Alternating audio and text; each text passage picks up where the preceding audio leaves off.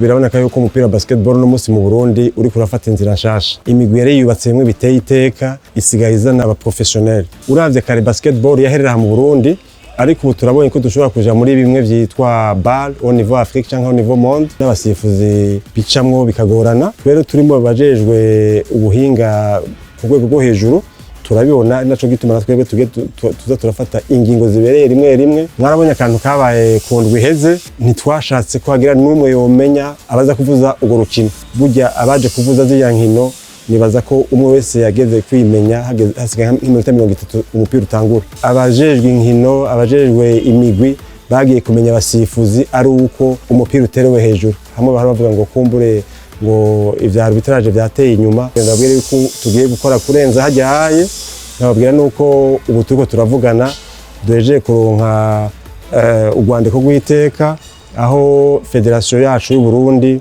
iri mu mafederation agiye gutegwa iteka aho FIBA Afrique igiye gutuma ko abasifuzi n'abamenyereza kugira ngo barabe yuko ivyerekeye ubuhinga haba mu vya coachage canke mu by'ubusifuzi bitera imbere.